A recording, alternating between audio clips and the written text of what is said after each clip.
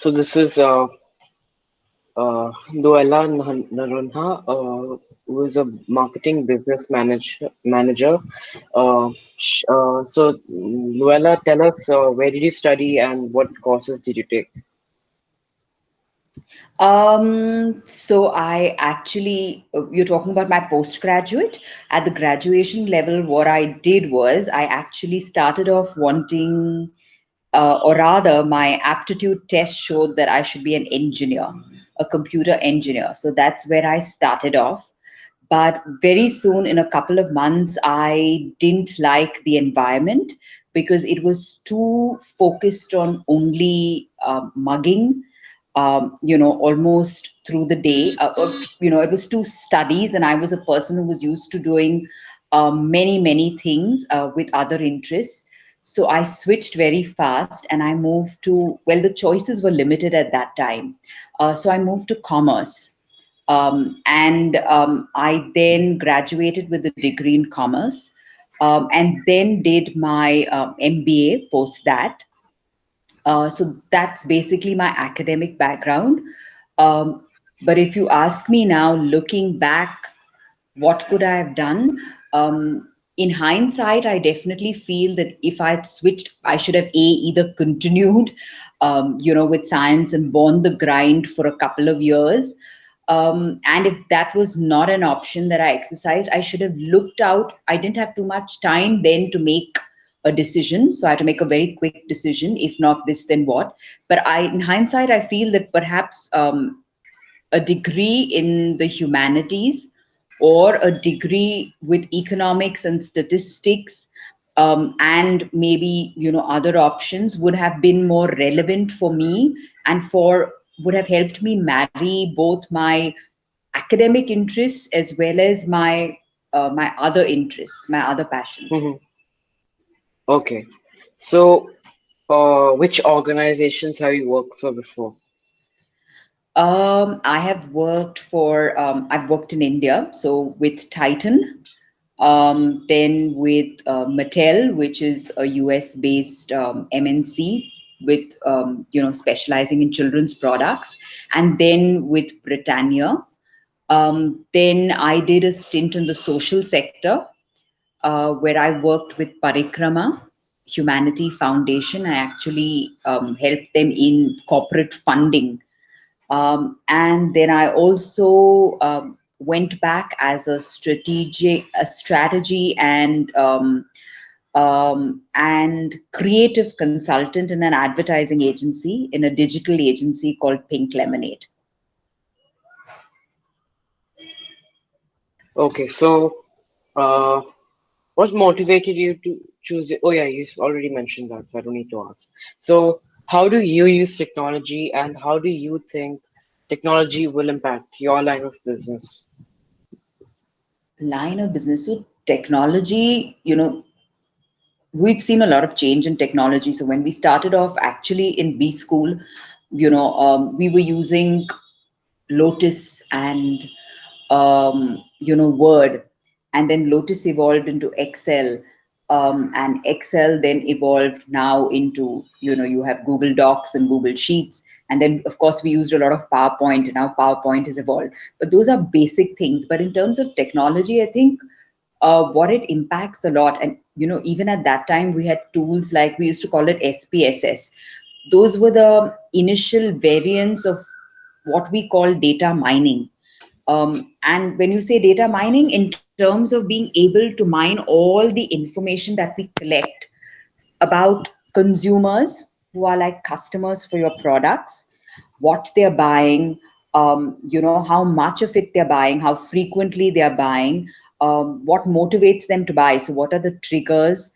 The quantitative aspect is, quantities, frequency, um, and the qualitative aspect is really, why are they buying those things? So what motivates them to buy? Is it needs? Is it aspirations? Is it pressure? Is it pester power from the kids?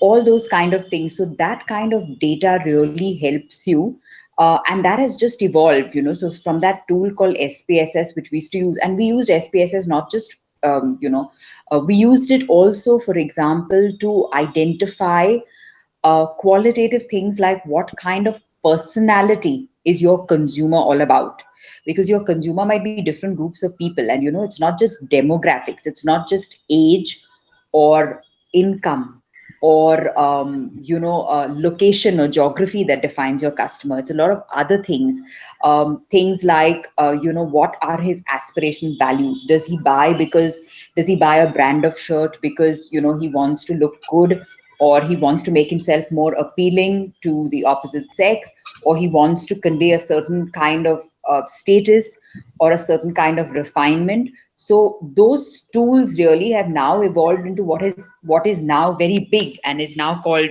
data mining. And you now have a whole industry which is doing nothing but collecting, mining these huge reams of data, which is things like what Walmart uses and what Amazon uses. So they now use it to predict and say, okay, if Johan was online, in the last 12 months, he's most likely to check out these product categories. So that's the way technology has evolved. Earlier, we would do it, by collecting simple things like in Titan, for example, with every watch sold, we had a guarantee card, and part of that guarantee card actually had a perforation which you had to fill in with your information, and it gave us information like, okay, this is Johan, he's this age, he stays here, what things does he like, or what are his other interests. There was actually it was a questionnaire, basically a Yeah. paper questionnaire. Then you went online. Today, now, you don't even need a questionnaire, they're tracking you. So the way technology is evolved is that you're tracking your footprints actually online. So you're tracking and you're seeing that, okay, if Johan's online, he's also checking out YouTube. In YouTube, he's checking out, is he checking out rap, or is he checking out hip hop, or what is he checking out? So that's the way. So I think technology will continue to be more and more, it will get more and more invasive, in an attempt to reveal more and more about the consumer to the marketer. Not just the marketer, and that marketer also now has changed. I mean, earlier it was just about products and services. Today, your marketer is actually, could be like you've seen, it could be Trump, it could be a politician who's your marketer, it could be what should I say? It could be financial fraud who's the marketer and who's trying to get information on you. So it has changed from just getting more information from you as a consumer to you literally as a human, and understanding your psychology as a human. So I think that's what technology is going to evolve to. Okay. So, what skills should someone have to succeed in your field?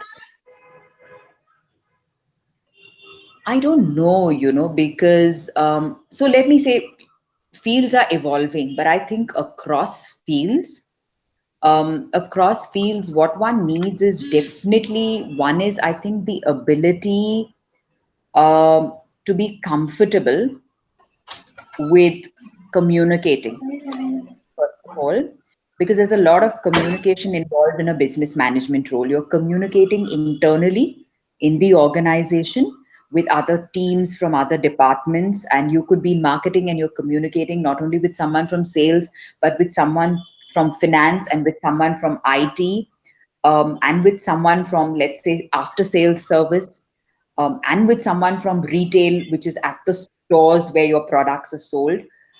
You're also communicating with your consumers, right, through advertising and creative campaigns. So you should be able to Yeah. communicate with agencies.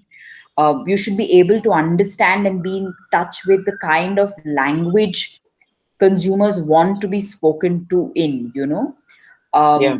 and the kind of messages that consumers are now more sensitive to, for example. You need to be communicating also with shareholders and stuff like that as you go higher up the corporate ladder. So I think communicating is one thing. The second thing is the ability, I think, to handle change, because earlier, you had one product, and that product, maybe every couple of years, you kind of launched a new variant.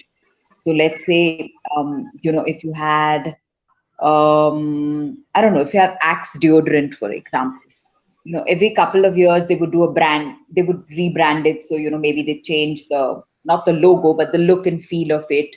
They would add a couple of variants. Today, things are changing very, very fast. So you need to be able to respond much faster in terms of not just needs of the consumers, what are their tastes, what are the things they like, and therefore how that impacts your product. I also think in terms of even communication, for example, earlier communication, when you used to develop advertising campaigns, we would take sometimes a month, sometimes 2 months. Today, very often you're talking about a brand responding on social media, using seizing the moment. So, for example, you seize the moment and see, is it relevant to my brand, and how do I respond maybe in a couple of hours and in a day or two. It's that Hmm. way. You need to be Yeah. able to respond to change much faster. And I also think you need to be, see, earlier you could work in India and you could be a specialist and think, I have worked the markets of Rajasthan and Uttar Pradesh and South India. But today, I think you need to be comfortable across environments. You need to be comfortable in a global framework because very often um, you're you're dealing with people across nationalities, across regions. So I think the ability um, to be sensitive to different cultures and also to be open to different cultures is important in today's environment. But most of all, I think across all these, whether it's communication, whether it's ability to change, whether it's open to different cultures, because things are far, far more global today. Um, I think is the ability. Also, I think is, like I said, the ability to be sensitive and also to be creative. hmm, I think that is going to be a bigger demand. okay. So how do you measure success? It's very funny, but at different stages in your life, you probably measure, you have different barometers. So I think maybe perhaps at when you're just out of B school, everybody looks at, what's my pay packet like? What are my perks like? Am I able to buy this car? Am I, able to go when I travel? What kind of 5 star do I live at? Then you go a few years down the line and, you know, you start thinking about other things. So you think about maybe work life balance. Am I going to be able to also get back if I completely have to give up so much in terms of my passions, in terms of my interests, maybe my family time? Then is this kind of a work centric atmosphere relevant to me? So you start using that barometer and you say, does my job, is it fulfilling? Am I able to impact others? Am I able to, if I'm selling this Axe deodorant, what is the point if I'm doing this for 15 years? What is Axe, if tomorrow nobody has Axe deodorant, is it going to make a difference to their lives? So how am I impacting others? How is my job, is it fulfilling to me? And like I said, work life balance. And now I feel even more a couple of years down the line, to me, it's far more important now to see how, if I have these abilities, how can I use my abilities to well, to bring about something that is a positive, good change. So it's not so much now about the money. It's about, I know I have these abilities. Can I use them? Can I contribute to make an impact, but a positive impact in, with respect to issues that are, that are critical in society?